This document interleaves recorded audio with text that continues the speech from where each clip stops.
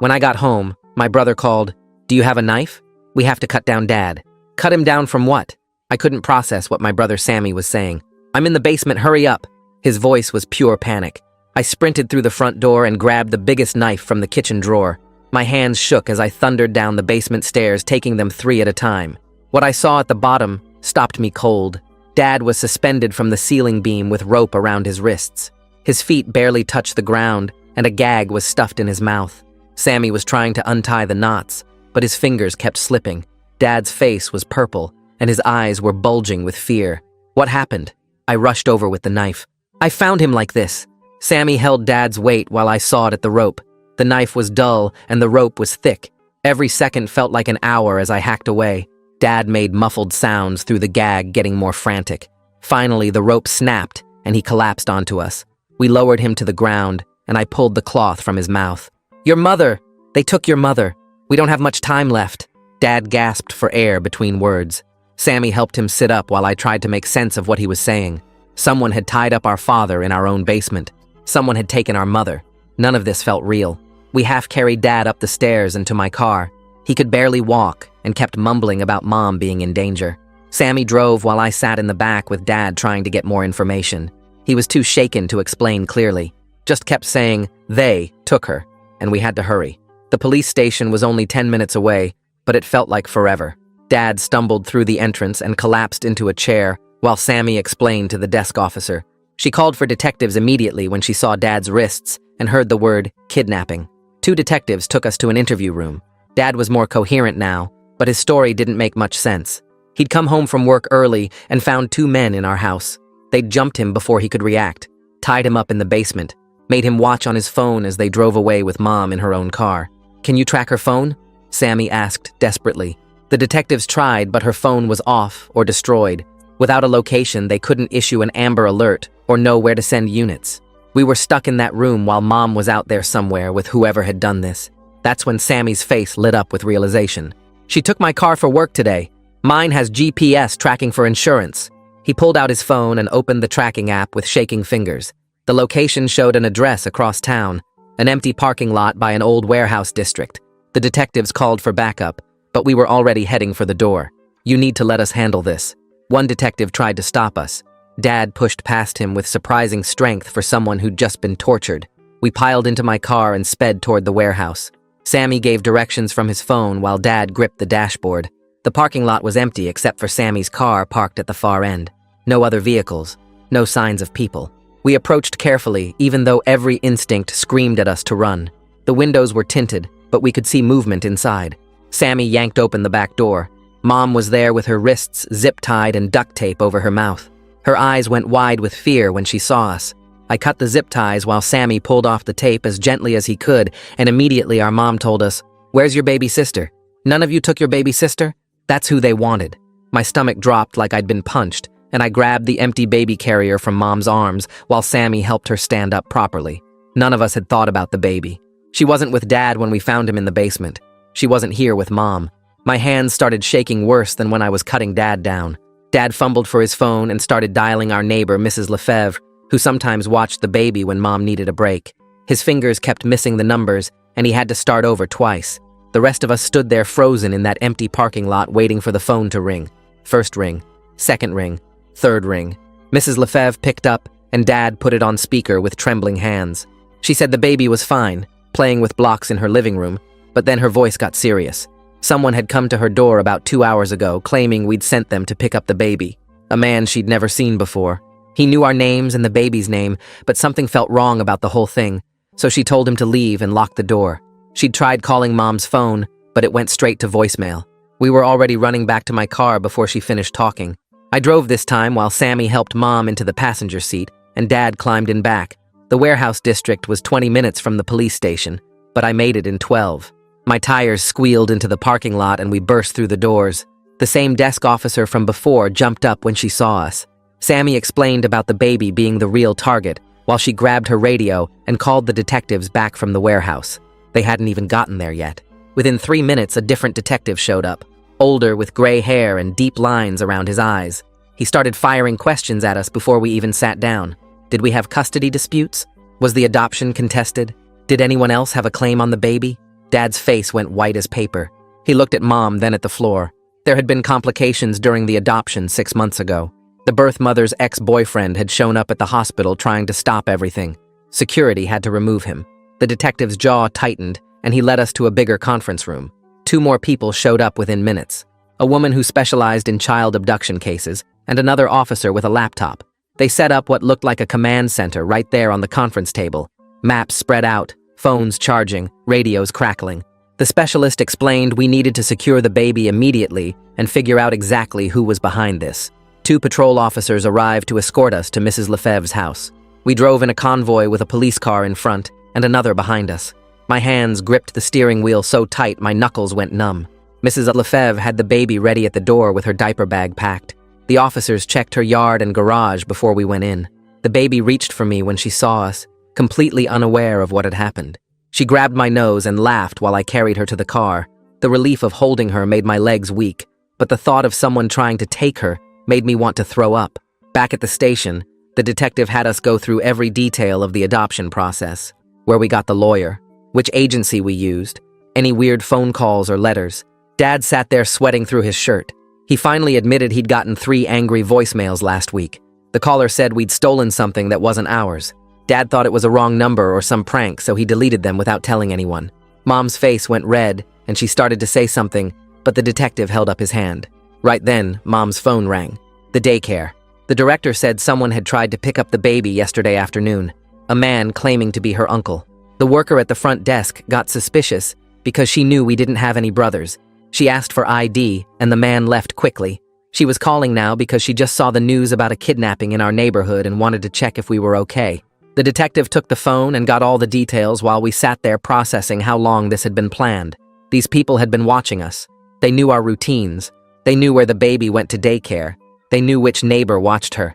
2 officers drove us to a hotel downtown while crime scene techs went to process our house. We couldn't go home until they cleared it. The baby rode with me in the back seat playing with her stuffed elephant, babbling nonsense words. At the hotel, they put us in connecting rooms on the 3rd floor. An officer stationed himself in the hallway. Mom and Dad were too rattled to take care of the baby properly, so she stayed in my room. I gave her a bath in the hotel sink and fed her mashed bananas from the room service menu. She fell asleep on my chest while I watched the door and listened for footsteps in the hallway. Around midnight, Dad knocked softly and came in. He sat on the edge of the bed and finally told me the whole story. The birth mother's ex-boyfriend was named Bowen Richards. He'd been fighting the adoption from day 1, even though he had no legal rights. He claimed the birth mother was forced to give up the baby, said we'd paid her off, said the adoption lawyer was corrupt. None of it was true, but he wouldn't stop filing complaints and showing up at hearings. The birth mother had signed all the papers willingly, and we'd done everything by the book. But Bowen had convinced himself the baby belonged to him. The detective called at 6 in the morning while I was still holding the baby who'd barely slept. He said they found doorbell camera footage from our neighbor's house, showing a white van circling our street for 3 days straight. The partial plate they could make out matched a rental from the airport location. I handed the baby to Mom, who hadn't let go of her for more than 5 minutes since we got her back from the neighbor yesterday. Dad put the phone on speaker while the detective explained they were working with the rental company to get more information. We spent the next few hours in the hotel room going through every piece of adoption paperwork we had while waiting for updates. Mom kept the baby pressed against her chest the whole time, feeding her bottles with one hand while flipping through documents with the other. The detective called back around 10 with news from the rental company. Someone named Bowen Richards had rented the van 4 days ago, using an out-of-state license from Montana. The contact info he gave them led to a disconnected phone number and an address that turned out to be a vacant lot. Digital forensics had been going through Bowen's credit card records and found multiple purchases near the warehouse district over the past week. Gas stations, fast food places, a hardware store where he bought rope and zip ties. He'd been planning this for days and must have been watching us to learn our routines. The detective got a judge to sign emergency protective orders, but admitted they were basically useless pieces of paper without knowing where Bowen was right now. We were told to stay in the hotel indefinitely for our safety. Sammy had been on his laptop all morning and suddenly turned the screen toward us. He'd found Bowen posting in online forums about stolen babies and corrupt adoption agencies going back months. The posts started out asking for legal advice, but got angrier over time. The most recent ones from last week talked about taking matters into his own hands when the system failed him. Around noon, The detective called again, saying the daycare worker was at the station working with a sketch artist. She remembered the man who tried to pick up the baby had a distinctive tattoo on his neck that looked like a snake or dragon.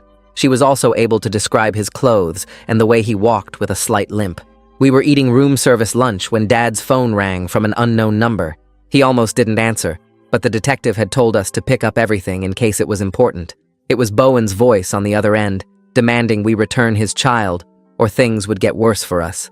The detective was still on Mom's phone and started recording while making hand signals for Dad to keep him talking. Dad's hands shook as he tried to sound calm and asked Bowen what he wanted.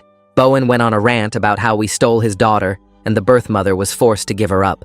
Dad kept trying to reason with him, but Bowen just got louder and more angry. After about 3 minutes, he hung up. The detective said they'd trace the call, but warned us it was probably a burner phone. Sure enough, 20 minutes later, he called back, saying the trace led to a disposable phone, but cell tower data put Bowen somewhere downtown. Police units flooded the area within minutes, but couldn't find him. He was clearly moving around and staying one step ahead of them. That night, everything boiled over when Mom finally lost it on Dad. She was furious he'd kept the threatening voicemails secret and hadn't told anyone about them. Her voice got loud enough to wake the baby, who started crying. Dad tried to explain he thought they were just pranks, but Mom wasn't having it. She kept saying he put all of us in danger by not taking the threats seriously. Their argument got so heated, I had to take the baby out to the hallway to calm her down. The officer stationed outside our door looked uncomfortable as I walked past him, bouncing the baby and making shushing sounds. We paced up and down the hallway for 20 minutes while my parents' muffled voices carried through the door. Other hotel guests poked their heads out to see what the noise was about. The baby finally settled down and fell asleep against my shoulder. When we went back inside, Mom and Dad were in separate corners of the room, not looking at each other. The tension was so thick, you could cut it with a knife. Mom took the baby from me and went into the bathroom to give her a bath, while Dad sat on the bed with his head in his hands. Sammy and I just looked at each other, not knowing what to say. This whole thing was tearing our family apart, and Bowen was still out there somewhere planning who knows what. The detective had promised to call if there were any developments, but we hadn't heard anything in hours. I kept checking my phone, hoping for good news, but nothing came. We were stuck in this hotel room with no idea how long we'd have to stay, or when we'd be safe to go home again. The baby was the only one who seemed okay, playing with her toy elephant and babbling like nothing was wrong. Watching her made me angry that someone wanted to rip her away from the only family she'd ever known. She'd been with us since she was 2 days old, and now some stranger thought he had the right to take her. Mom came out of the bathroom with the baby wrapped in a towel and started getting her ready for bed. Dad tried to help, but Mom pulled away from him. It was going to be a long night with all of us crammed in these 2 rooms, and my parents not speaking to each other. The next morning, Dad's phone rang while we were eating breakfast from the hotel vending machines, and it was the adoption attorney finally calling back after ignoring us for days. He sounded nervous and kept clearing his throat as he explained how he'd taken some shortcuts with the legal notifications to speed things up for us. He admitted he never properly notified Bowen because the guy wasn't married to the birth mother and seemed to have no legal standing anyway. Dad's face went red as the attorney kept making excuses about how these things usually work out fine and nobody ever challenges them. I could hear Mom muttering angry words from across the room while she changed the baby's diaper. The attorney promised to send over all the paperwork to prove the adoption was still valid, but Dad hung up on him mid-sentence. We were still processing this mess when Mom's phone buzzed with a text from an unknown number. The message had no words, just a photo of our house taken from the street that same morning with a timestamp showing it was less than an hour old. Despite having police supposedly watching our place, Bowen had gotten close enough to take pictures. The detective called within minutes because they were monitoring our phones and had seen the message come through. He said they were pulling the officers from our house immediately to sweep for any signs of Bowen, but found nothing except fresh footprints in the flower bed under our living room window. The detective made the call that we needed to move somewhere more secure than this hotel. Within 2 hours, we were packing our few belongings into black duffel bags while officers cleared the hallway. They loaded us into 3 different unmarked cars with tinted windows, splitting us up so nobody could follow all of us at once. I rode with Sammy and an officer while Mom and Dad took the baby in another car. The drive took us way out to the industrial part of town where nobody would think to look for a family. The safe house looked like any other rundown apartment building from the outside, with peeling paint and broken mailboxes. Inside, though, it had reinforced doors, security cameras in every room and bars on all the windows that could be opened from inside in case of emergency. We got 2 connected units on the 3rd floor with officers stationed in the hallway and another team watching the building entrance. The place smelled like old carpet and cleaning products, but at least we were together again. Mom immediately started baby-proofing the sharp corners while Dad tested every lock twice. The next day, a social worker from CPS showed up with a thick folder and a checklist longer than my arm. She walked through every room taking photos and notes about where the baby would sleep and eat. She asked Mom about feeding schedules and doctor visits while checking the formula temperature and counting diapers. Then she interviewed each of us separately about the kidnapping and whether we felt the baby was safe with us. Sammy got frustrated when she asked him the same questions 3 different ways, like she was trying to catch him lying. Dad had to bite his tongue when she questioned why he hadn't reported the threats sooner. The whole thing took 4 hours and felt like we were the ones being investigated instead of being victims. She finally said she'd recommend keeping the baby with us, but would need weekly check-ins until the situation was resolved. That afternoon, the detective came by with news about the second kidnapper. They'd lifted prints from our basement where Dad had been tied up and matched them to a guy with a long record for assault and robbery. His name was Jim Wells, and he'd done time with one of Bowen's cousins, which is probably how they connected. Police were watching his girlfriend's apartment and his mother's house, but he hadn't shown up at either place yet. The detective showed us photos of Wells so we'd recognize him if we saw him. He had a thick neck and a scar running through his left eyebrow that made him look mean even when he was trying to smile for his mugshot. 2 days into being stuck in the safe house, we were all getting on each other's nerves bad. The baby could sense the tension and cried more than usual, which made everyone more stressed. Sammy and I took turns walking her around the small living room, trying different songs and funny faces to calm her down. Mom and Dad spent hours on the phone with lawyers, trying to understand if Bowen could actually have any legal claim to the baby. The lawyers all said different things about biological father rights versus adoption procedures, but agreed Bowen had no case since he wasn't the biological father. That's when the detective got a call from another attorney saying the birth mother wanted to talk to us. She was scared of Bowen, but wanted to help stop him. Her attorney said she'd been hiding at her sister's house 2 states away since she heard about the kidnapping. She sent a recorded statement saying she'd chosen adoption completely on her own because she couldn't raise a baby at 17. She swore Bowen wasn't the father and that he'd become obsessed with the pregnancy, even though they'd broken up months before she got pregnant. She said he'd convinced himself the baby was his and started threatening her when she wouldn't let him sign the birth certificate. Her voice shook on the recording as she described how he'd shown up at the hospital when she was in labor and had to be removed by security. She apologized over and over for not warning us about him sooner, but she thought he'd given up when the adoption went through. The next morning brought good news for once. Security cameras from the warehouse district had been pulled and enhanced by the tech team. They had clear footage of Bowen and Wells loading rope and zip ties into a van the morning of the kidnapping. The license plate was visible and matched the rental van from the airport. Both of their faces were clearly shown, which meant arrest warrants could be issued immediately. The detective seemed confident they'd catch them within days, now that every cop in 3 states had their photos.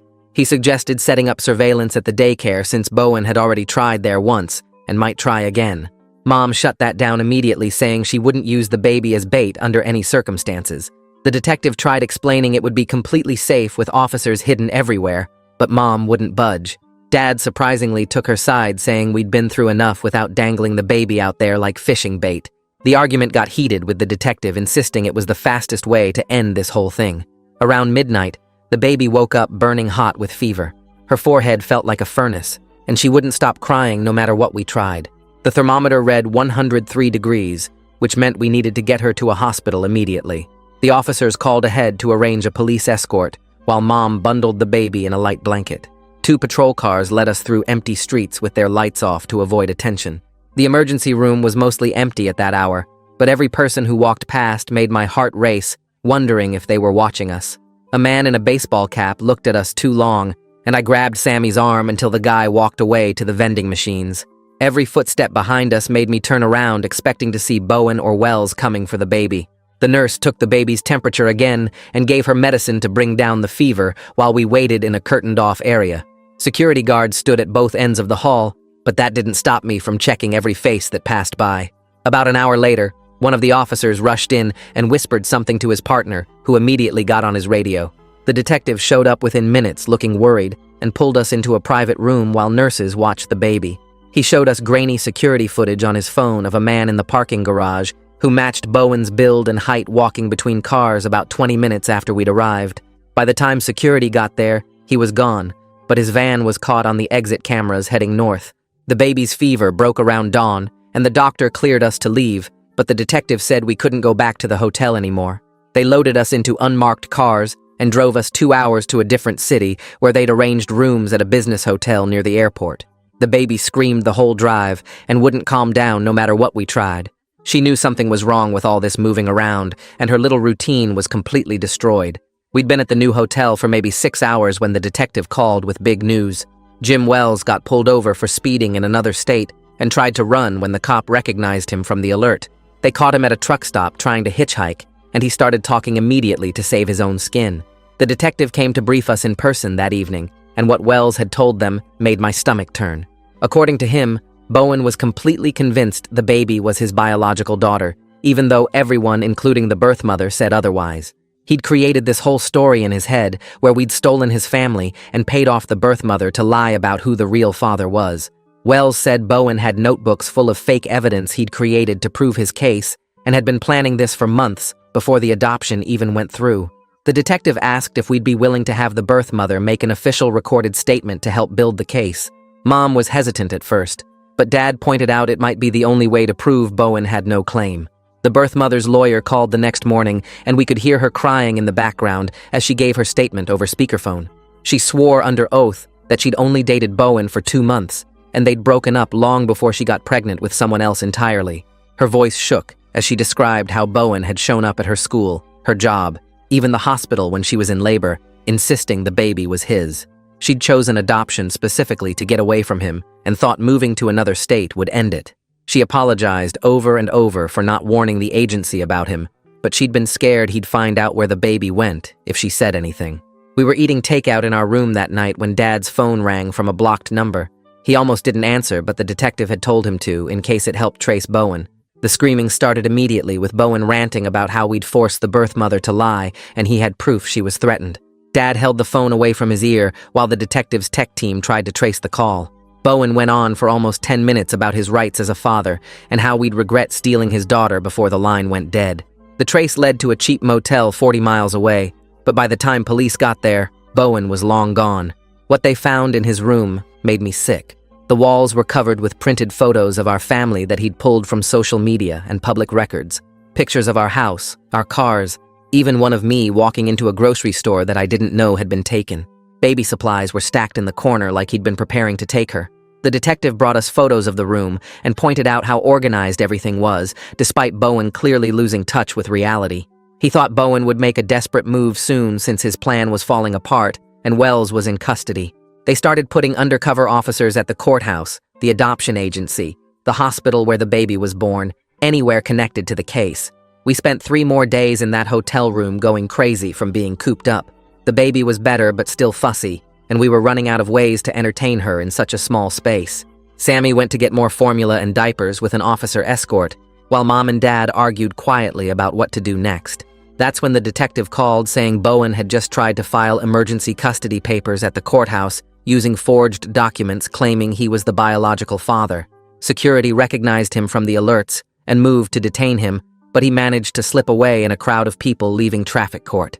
The courthouse went into lockdown, but he was already gone. The detective came to see us that night looking exhausted and frustrated. 3 weeks of this chase had worn everyone down, and Bowen kept slipping through their fingers. He suggested something that made Mom immediately start shaking her head. A controlled meeting in a public place with heavy police presence, where Bowen could see the baby, and maybe they could end this peacefully. Mom absolutely refused, saying she wouldn't put the baby in danger for anything.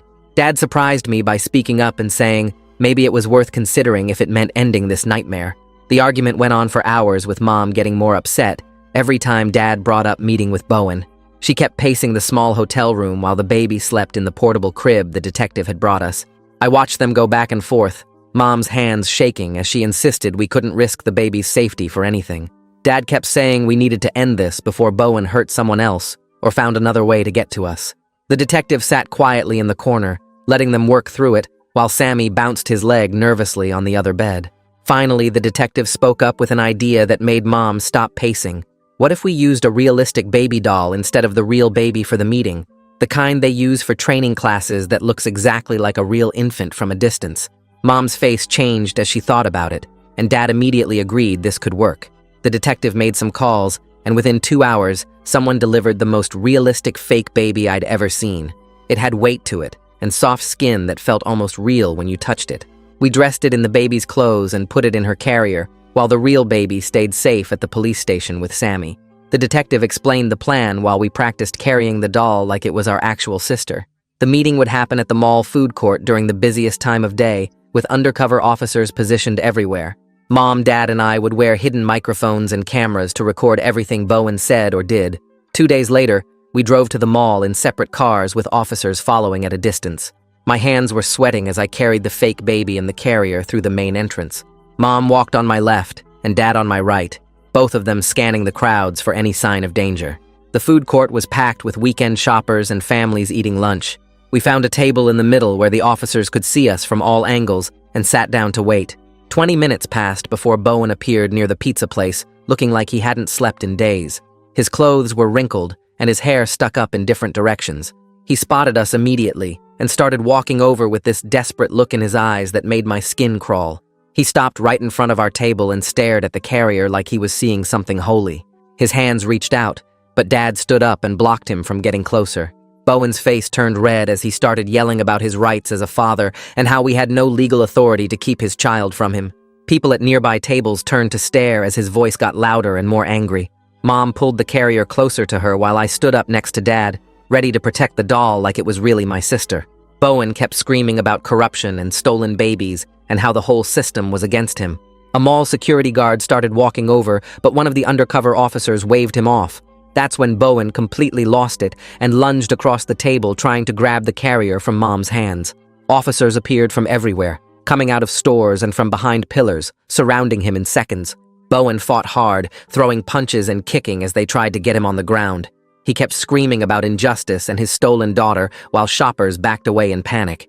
It took 4 officers to finally get the cuffs on him while he thrashed around on the floor. I held the carrier against my chest, protecting it like the baby was really inside, while Mom cried from the stress of it all. They dragged Bowen out through the service entrance, still yelling about his rights and threatening to sue everyone involved. Back at the police station, we finally relaxed, knowing he was locked up and couldn't hurt us anymore. The detective warned us this was just the beginning though, since Bowen would get his day in court. He'd have a lawyer and a chance to make his case, even though everyone knew it was completely baseless. We drove back to the safe house where Sammy was waiting with the real baby who'd been perfectly safe the whole time. She reached her little arms out for me when we walked in, and I'd never been happier to hold her. Sammy looked so relieved the plan had worked without anyone getting hurt. That night we actually slept well for the first time in weeks, knowing Bowen was behind bars. 3 days later we had to go to court for Bowen's bail hearing, which meant seeing him again. His public defender argued that his client just wanted to be heard about irregularities in the adoption process. The prosecutor laid out all the evidence of kidnapping, stalking, and assault, with photos of Dad's injuries and the motel room covered in our pictures. The judge took one look at everything and denied bail completely, saying Bowen was clearly a danger to our family. We found out later that the adoption attorney was facing his own problems for the shortcuts he'd taken with the paperwork. The state bar was investigating him for not following proper procedures, even though the adoption itself was still valid. The birth mother's consent was real and documented properly, so our adoption of the baby couldn't be challenged. It was frustrating that his sloppiness had caused all this trouble, but at least we knew the baby was legally ours. 2 weeks after Bowen's arrest, CPS showed up at the safe house to check on us. They said once we were cleared to go home, they'd need to do regular visits to make sure the baby was safe. The social worker walked through our house making notes about locks on doors and windows we'd need to install. She asked about our plans for daycare and doctor visits, and how we'd keep the baby secure going forward. It was annoying having someone judge our parenting, but I understood they were just doing their job after everything that happened. The visits continued every week for the next 2 months, with different social workers checking on the baby's weight and development. Meanwhile, the legal cases moved forward with Bowen's accomplice taking a plea deal for 2 years in prison. He testified about how Bowen had hired him to help get his baby back and paid him $5,000 up front. The accomplice said Bowen was completely delusional about being the father and had shown him fake DNA tests he'd created on his computer. With all this evidence piling up, the prosecutor said Bowen would likely get at least 10 years for kidnapping, assault, and stalking charges. Mom brought up therapy at dinner the next night while the baby played with mashed carrots in her high chair. She said we needed help dealing with everything that happened, and especially the trust problems between her and Dad. Dad's fork stopped halfway to his mouth, and he set it down slowly. He nodded without arguing, which surprised me since he usually hated talking about feelings. The therapist's office had toys scattered around and certificates on the walls. We sat on a brown couch while she asked us to describe what happened. Dad kept his arms crossed and barely spoke the first session. Mom did most of the talking while Sammy and I watched the baby crawl around the carpet. The second session got harder when the therapist asked Dad why he kept the threat secret. His face turned red, and he started explaining how he thought he could handle it himself. Mom's hands clenched in her lap as she listened. The therapist helped them talk without yelling at each other. After 4 sessions, we started actually communicating instead of just sitting there angry. 6 weeks after finding Dad in the basement, we sat in the courthouse for Bowen's sentencing. The prosecutor had worked out a deal, but the judge still needed to approve it. Bowen sat at the defense table in an orange jumpsuit with his hands cuffed. He looked smaller than I remembered from the mall. The judge read through all the charges while we waited: kidnapping, assault, stalking, attempted child abduction, and more. When she got to the sentence, 12 years, I felt Mom relax beside me. The judge also issued a permanent restraining order that would last even after prison. Bowen would never be allowed near our family again. He turned to look at us as the guards led him out. His eyes looked empty and lost. 3 days later, a letter arrived from the birth mother. Mom's hands shook as she opened it at the kitchen table. The letter apologized for everything Bowen put us through. She wrote that she never told him about the baby and didn't understand his obsession. She was glad the baby was safe with people who loved her. Mom read it 3 times before getting up to find a frame. She put it in the baby's memory box, along with her hospital bracelet and first photos. Sammy spent the next weekend installing cameras and alarms everywhere. He drilled holes in the walls and ran wires through the attic. Dad helped him mount the cameras while I held the ladder. By Sunday night, we had motion sensors on every door and window. The system sent alerts to all our phones if anything moved outside. It was definitely too much, but nobody complained. We all slept better, knowing we'd have warning if anyone approached the house. The daycare called to tell us their worker was getting an award. The police wanted to recognize her for stopping Bowen that first time. Without her suspicion, he might have taken the baby weeks earlier. We went to the ceremony at City Hall where the mayor shook her hand. She looked embarrassed by all the attention. We gave her flowers and a card, but it felt small compared to what she'd done. She hugged Mom and said she was just doing her job. 3 months passed and things started feeling normal again. The baby learned to crawl fast and got into everything. We had to put locks on all the cabinets after she found the cleaning supplies. She pulled herself up on furniture and took sideways steps while holding on. We stopped freezing every time someone knocked on the door. The pizza delivery guy didn't make us panic anymore. Even unexpected phone calls stopped making our hearts race. Life found its rhythm with bottles and naps and diaper changes. Dad surprised us by joining a support group at the community center. He went every Thursday night and came home looking tired but lighter somehow. One night, he told us about the other people in his group. Some had been robbed, others attacked, all trying to move forward. It was strange hearing him talk about feelings instead of sports or work. But it was good too, like he was becoming more real. The detective called every few weeks to check on us. He updated us on Bowen's situation in state prison. Apparently Bowen was in psychiatric treatment, which the detective said he clearly needed. The calls got shorter as months passed, and there was less to report. Bowen was serving his time without causing problems. The detective said that was the best outcome we could hope for. We planned a small party for the baby's first birthday. Just family and our closest friends in the backyard. Mom made a cake from scratch while Sammy hung streamers. The baby wore a pink dress that got covered in frosting within minutes. She grabbed handfuls of cake and smeared it everywhere. Her face was pure joy as she squished it between her fingers. Looking at her, it was hard to believe someone tried to steal her from us.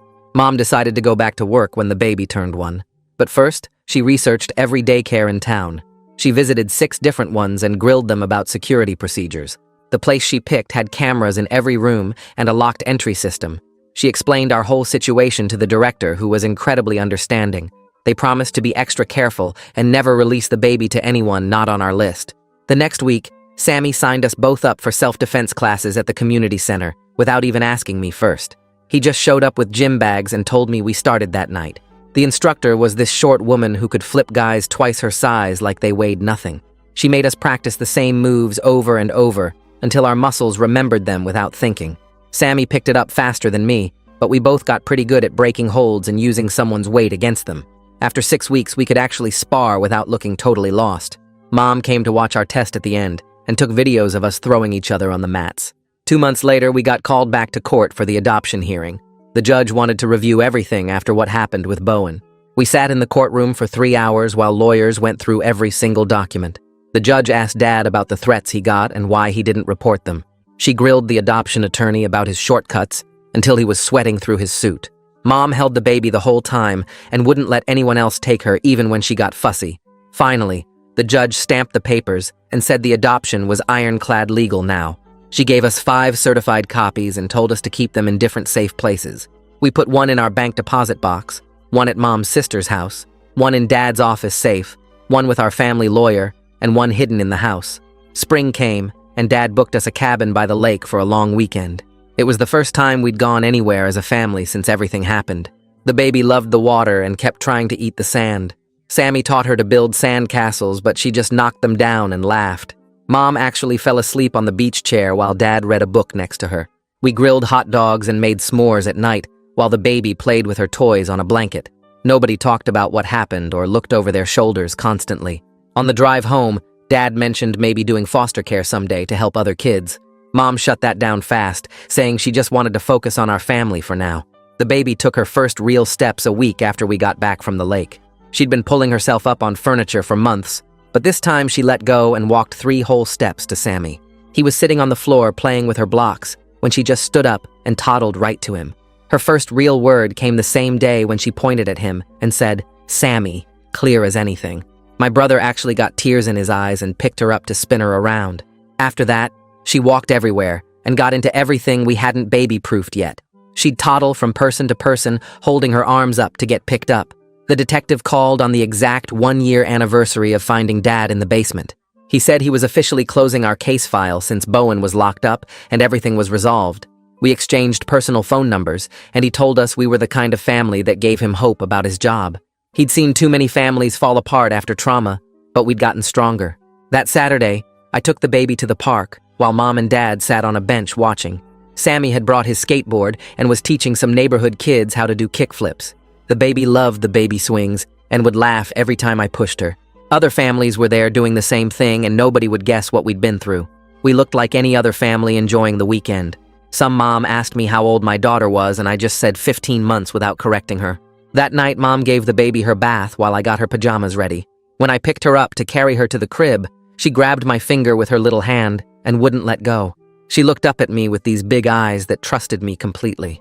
I sat in the rocking chair holding her until she fell asleep, still gripping my finger. Looking at her peaceful face with her thumb in her mouth made everything we went through worth it. Our family was different now, but we were together and safe. The baby would grow up never remembering any of the scary stuff.